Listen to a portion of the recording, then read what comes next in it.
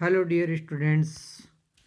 आज अपन टॉपिक लेके आए हैं बीए पार्ट सेकंड ईयर का है इन्वेस्टमेंट अर्थात निवेश। जिस शब्द से आप सभी परिचित हैं कि निवेश शब्द या इन्वेस्टमेंट शब्द आपने बहुत बार सुना होगा। और जब अर्थशास्त्र में अपन पढ़ते हैं तो निवेश शब्द अपने को बहुत बार सुनने को मिलता है। लेकिन किसी एक आम व्यक्ति को अगर कहा जाए कि निवेश क्या है, तो उसके लिए निवेश का मतलब होता है कि कोई भी जो रुपए प्राप्त करने के लिए, लाभ प्राप्त करने के लिए कार्य किए जाते हैं, वो सब प्रकार के कार्य वो निवेश ही कहलाता है। लेकिन अर्थशास्त्र में सब प्रकार के इस तरह के किए गए सभी प्रकार के जो निवेश करते हैं या अपन धन व्यय करते हैं उसको निवेश नहीं कहते हैं। जैसे मान लो एक व्यक्ति ब्याज प्राप्त करने के लिए किसी व्यक्ति को उधार दिए, तो वो भी एक व्यक्ति के लिए निवेश हो सकता है। बैंक में बचत के रूप में एफडी कराई, तो वो भी एक व्यक्ति के लिए निवेश हो सकता है। कोई जीवन बीमा खरीदा, कि कोई अपन ने ऐसे ही अपन ने कोई शेयर खरीदा, अपन ने कोई स्टॉक मार्केट में कोई प्रतिभूति खरीदी, तो ये इन सब प्रकार एक व्यक्ति के लिए वो निवेश है।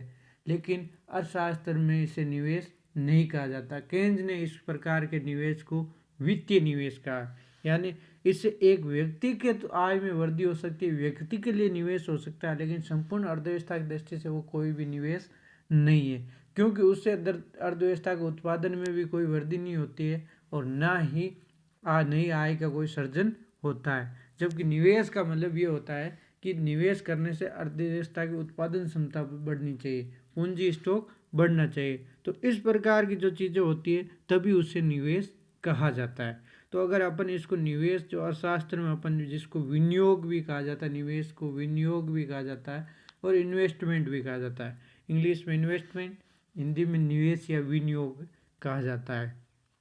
तो इसको अगर अपन एक शब्दों में परिभाषित करें कि निवेश क्या, तो निवेश किसी समयावधि में नवीन ढांचे के निर्माण, नवीन पूंजीगत तथा व्यावसायिक माल सूची में वृद्धि से संबंधित सकल उत्पादन को कहते हैं। इस निवेश में नए भवनों का निर्माण भी शामिल होता है। जैसे अगर बात करें अपन कि कोई भी अपन जैसे नई बिल्डिंग बनाई, कोई नया भवन बनाया, कोई भी नया अपन काम, कोई कार्य का निर्माण, जो नया निर्माण किया अपन ने कार्य, वो कहलाता है निवेश। साथ में कोई नई मशीन खरीद दिए, कोई नया उपकरण बनाया अपन ने, वो कहलाता है निवेश। साथ में अपना जो पहला स्टॉक, जो पहले का अर्थव्यवस्था का स्टॉक था, उस अर्थव्यवस्था के स्टॉक में अगर वृद्धि हो जाती है तो उसमें अपन तो उसको कह दे, उसको निवेश कहा जाएगा। लेकिन किसी एक व्यक्ति की स्टॉक अपन खरीद, जैसे शेयर किसी व्यक्ति ने खरीद से उससे एक दूसरा व्यक्ति खरीद ले, तो इससे केवल स्वामित्व का परिवर्तन हुआ है, अर्थव्यवस्था के कुल उत्पादन में कोई प्रभाव नहीं पड़ा। इसलिए इस प्रकार के निवेश को निवेश नहीं कहा जाता है।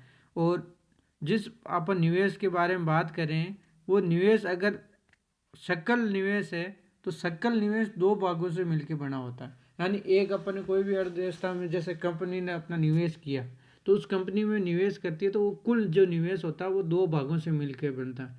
एक होता है प्रतिस्थापन निवेश और दूसरा होता है शुद्ध निवेश। प्रति इस शुद्ध निवेश और प्रतिस्थापन निवेश को मिला के कुल निवेश होता है। यानी प्रतिस्थापन निवेश का मतलब यह है कि एक मशीन है, उसको अपन प्रयोग करते जाते हैं, तो उसकी जो टूट फूट होती है, उसका जो मूल्य ह्रास होता है, उसकी प्रतिस्थापन के संबंध में, यानी उस खर्चे, उसको मेंटेन रखने के लिए, उसको बनाए रखने के लिए जो निवेश किया जाता है, वो कहलाता प्रतिस्थापन निवेश। और शुद्ध निवेश का मतलब है जो अपन ने बिल्कुल नहीं, अपन एक मशीन खरीद रखी, एक मशीन और खरीद ली, तो वो कहलाएगा शुद्ध निवेश। अगर इन दोनों को अपन जोड़ दें तो अपने को आ जाएगा कुल निवेश या सकल निवेश। यानी शुद्ध निवेश और प्लस प्रतिस्थापन निवेश को जोड़ के बनता है कुल निवेश या सकल निवेश। अब अगर इसको परिभाषित करें कि अपन प्रतिस्थापन निवेश क्या है, या रिप्लेसमेंट इन्वेस्टमेंट क्या है, या पुनर्स्थापन निवेश क्या है, तो पुनर्स्थापन निवेश से मतलब ऐसा खर्च जो वर्तमान उत्पादन क्षमता में मूल्य ह्रास, यानी वर्तमान उत्पादन क्षमता मूल्य ह्रास का मतलब होता है जैसे एक मशीन पुरानी होती है तो एक साल बाद जैसे नई मशीन आ गई, तो उसमें क्या हो, एक मशीन को मूल्य ह्रास हो जाता है, क्योंकि उसका मूल्य गिर जाता है, क्योंकि वो तकनीक पुरानी हो जाती है। पुराने पड़ जाने के कारण और प्राकृतिक संकटों से तबाही का प्रतिकार करने के लिए उठाया जाता है। इससे पूंजी उपभोग भी कहा जाता है। यानी इस प्रकार के निवेश की जो मशीन पुरानी पड़ गई या गैस पेश के टूट के कारण हो गई या कोई ऐसा संकट के कारण हो गई है या नई तकनीक आने के कारण हो गया, तो उस मशीन को प्रतिस्थापन करने के लिए या उसको जो इस प्रकार के जो निवेश किया जाता है तो उसको अपन कहते हैं रिप्लेसमेंट इन्वेस्टमेंट या पुनर्स्थापन निवेश या प्रतिस्थापन निवेश। जो दूसरे प्रकार का निवेश होता है वो होता है शुद्ध निवेश। शुद्ध निवेश का मतलब यह है कि जो अपने कुल निवेश किया है उसमें से अगर प्रतिस्थापन निवेश घटा देंगे तो अपने को मिल जाएगा शुद्ध निवेश। ये होता है जैसे मशीनों पर, संयंत्रों पर, संयंत्रों का मतलब है कारखानों पर, प्लांट्स पर, मकानों पर, कारखानों पर, माल सूचियों पर, नई जारी किए जाने वाले बॉन्ड और प्रतिभूतियों आदि नई पूंजी संपत्तियों की खरीद पर मापा जाता है। यानी शुद्ध निवेश अगर अपन कोई नया मकान, नई बिल्डिंग, नई माल सूची में कोई परिवर्तन, नया शेयर पर, अगर देखो पुराने शेयर का क्रय विक्रय किया जाता है तो वो निवेश नहीं कहलाता है। लेकिन अगर नई प्रतिभूति खरीद रहे हैं, नया शेयर खरीद रहे हैं, मार्केट पहली बार लॉन्च हो रहा है तब उसको खरीदते हैं तो उसको निवेश माना जाता है। एक बार आने के बाद में अगर उसको बार बार व्यक्ति खरीद रहा है इस व्यक्ति उस व्यक्ति के पास तो उसको निवेश नहीं माना जाता है। तो इस प्रकार के निवेश को शुद्ध निवेश कहा जाता है। और इन दोनों को जोड़ दें तो अपने को मिल जाएगा सकल निवेश या कुल निवेश। इसका मतलब ये हुआ कि निवेश का मतलब होता है कि एक अर्थव्यवस्था की उत्पादन क्षमता या पूंजी परिसंपत्तियां हैं उनकी स्टॉक में वृद्धि को निवेश कहा जाता है। यानी देश की चालू पूंजीगत पदार्थों में वृद्धि जिसके फलस्वरूप उत्पादन, आय तथा रोजगार में वृद्धि होती है तो उसे निवेश कहा जाता है। निवेश का मतलब है एक देश की उत्पादन क्षमता बढ़ाने वाला कोई भी कार्य हो तो उसको अपन निवेश कहते हैं। अब देखो निवेश जैसे अपन दो अंग हो सकते हैं निवेश का। एक तो स्थायी पूंजी निर्माण। स्थायी पूंजी निर्माण मतलब जो स्थायी कार्य, जो टिकाऊ कार्य होते हैं। स्थायी पूंजी निर्माण यानी वे जो अचल संपत्तियों में नए और टिकाऊ पूंजी निर्माण जो है ना, मतलब अपन नए अचल संपत्तियों में नए टिकाऊ उत्पादन पदार्थों की वृद्धि पर किया जाता है। जैसे नई इमारत बने, सड़क बने, पुल बने, इस और नए निर्माण कार्य, कोई परिवहन का साधन खरीदा नया, कोई मशीन प्लांट नई अपन ने खरीदी है तो इस पर खर्चे हैं वो स्थायी पूंजी निर्माण कहलाते हैं। और दूसरा होता है निवेश का भाग माल सूची में परिवर्तन यानी चेंज इन इन्वेंट्रीज। माल सूची में परिवर्तन क्या होता है कि अपन जैसे साल के अंत में अपना कितना स्टॉक है, अगले साल के अंत में अपना कितना स्टॉक हुआ, इन दोनों में जो परिवर्तन होगा वो कहलाएगा निवेश। ये ऋणात्मक भी हो सकता है, धनात्मक। अगर मान लो एक साल के अंत में माल स्टॉक था, अगले साल के अंत में अगर कम हो गया उससे तो वो ऋणात्मक होगा, अगर वो बढ़ गया है तो धनात्मक होगा। क्योंकि सारा माल है वो साल के अंत तक सबके पास पहुंच नहीं पाता। कुछ माल क्या होता है, कच्चा होता है, कुछ अनिर्मित भी होता है, कुछ निर्मित भी होता है। तो इनमें परिवर्तन होता रहता है तो इनके भी मूल्य वो साल के अंत में राष्ट्रीय आय में शामिल किया जाता है। इनमें होने वाले परिवर्तन को भी निवेश में शामिल किया जाता है। अब देखते हैं अपन एक स्थिति वित्तीय निवेश। वित्तीय निवेश जैसा अपन मैंने कहा कि पुरानी परिसंपत्तियां अपन खरीद रहे हैं, बेच रहे हैं। पुराना कोई माल जैसे मैं शेयर बेच दिया, स्टॉक बेच दिया, प्रतिभूति बेच दी तो उसको निवेश नहीं कहा जाएगा, उसको केवल वित्तीय निवेश कहा जाएगा। यानी वित्तीय निवेश का मतलब है केवल वो रुपये एक व्यक्ति का दूसरे व्यक्ति स्वामित्व चेंज हुआ है। यानी पुरानी परिसंपत्तियों पर खर्च को वित्तीय निवेश समझा जाता है क्योंकि इसमें केवल परिसंपत्तियों का स्वामित्व ही एक व्यक्ति से दूसरे व्यक्ति के पास नाम हो जाता है और अर्थव्यवस्था पूंजी भंडार में कोई परिवर्तन नहीं होता है। और आय, उत्पादन और रोजगार में अल्पकाल और दीर्घकाल में सभी प्रकार के परिवर्तन शुद्ध निवेश के उतार चढ़ावों से संबंधित होते हैं। यानी जो अर्थव्यवस्था में अपन निवेश के बारे में बात करते हैं वो शुद्ध निवेश के बारे में बात करते हैं, न कि अपन पुनर्स्थापन निवेश के बारे में, न कि अपन वित्तीय निवेश के बारे में। इससे राष्ट्रीय आय में कोई वृद्धि नहीं होती। केवल वित्तीय निवेश से अपन शुद्ध राष्ट्रीय आय से ही एक देश की पूंजी निर्माण क्षमता बढ़ती है, पूंजी स्टॉक क्षमता, परिसंपत्तियों की संख्या बढ़ती है और उससे से उत्पादन, आय, रोजगार की क्षमता वो बढ़ती है। तीन स्थितियां हो सकती है कि निवेश है। अब ये भी कह सकते हैं अपन निवेश को छोटी सी परिभाषा में परिवर्तन करें तो पूंजी स्टॉक में होने वाली वृद्धि को निवेश कहा जाता है। यानी पूंजी स्टॉक का मतलब है जैसे अपने पास 1 साल पहले कितनी संपत्तियां थी, अब 1 साल बाद में अगले साल के अंत में अपने पास कितनी परिसंपत्तियां होगी, इन दोनों के बीच का अंतर कहलाएगा पूंजी स्टॉक।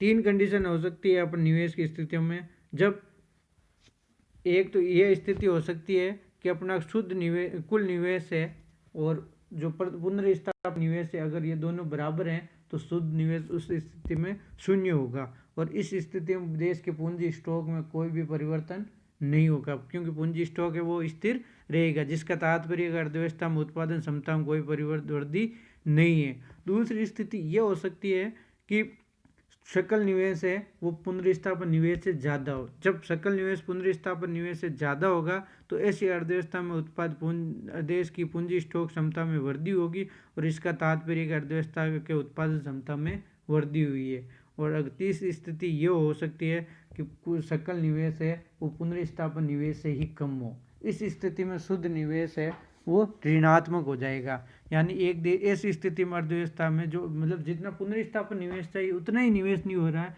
तो एक देश की पूंजी स्टॉक की क्षमता है वो घट जाएगा। इसके कारण एक देश की जो पूंजी स्टॉक की क्षमता है वो वास्तव में बढ़ने के बजाय घट जाएगी। सैद्धांतिक रूप में ऐसी स्थिति हो सकती है, लेकिन वास्तव रूप में ऐसी स्थिति नहीं होती है। अब अगर अपन बात करें कि अपन देखें कि निवेश के प्रकार, वैसे निवेश को मुख्यतः 2 भागों में बांटा जा सकता है। एक प्रेरित निवेश यानी ऑटोनोमस निवेश, और दूसरा नियोजित निवेश मतलब दूसरा है स्वचालित निवेश जिसको अपन ऑटोनोमस निवेश कहते हैं, और एक है प्रेरित निवेश जिसे अपन इंड्यूस इन्वेस्टमेंट कहते हैं। यानी 2 प्रकार, एक स्वतंत्र निवेश और एक प्रेरित निवेश। 2 निवेश होते हैं, 2 प्रकार का निवेश मुख्यतः होता है, लेकिन कई कई जगह बुकों में निवेश को 4 प्रकार बताए गए हैं। एक प्रेरित निवेश, दूसरा स्वतंत्र निवेश, तीसरा नियोजित निवेश, और चौथा है वास्तविक निवेश। लेकिन मुख्यतः अपन निवेश के 2 प्रकार ही अपन कहेंगे कि एक प्रेरित निवेश, दूसरा स्वचालित निवेश। प्रेरित निवेश का मतलब ये होता है कि जो निवेश अर्थव्यवस्था उत्पादन आय ये जो है इनसे प्रभावित होता है, लाभ से। यानी अपन प्रेरित निवेश का मतलब ये है जिसका किसी प्रकार से चालू आय, उत्पादन, बिक्री से संबंध होता है, उसे प्रेरित निवेश कहते हैं। यानी जो लाभ से प्रभावित होता है, जो उत्पादन मतलब बिक्री से प्रभावित होता है कि बिक्री ज़्यादा हो रही है तो ज़्यादा उत्पादन निवेश करना चाहिए, बिक्री कम हो निवेश कम करना चाहिए, लाभ ज़्यादा हो रहा तो निवेश ज़्यादा करना चाहिए, लाभ कम हो रहा निवेश कम करना चाहिए। यानी प्रेरित निवेश वह है जो आय तथा लाभ पर निर्भर करता है। इनके बढ़ने पर आय और लाभ बढ़ने पर निवेश बढ़ता है और कम होने पर कम होता है। इस प्रकार का निवेश मुख्यतः निजी कंपनियों के द्वारा किया जाता है।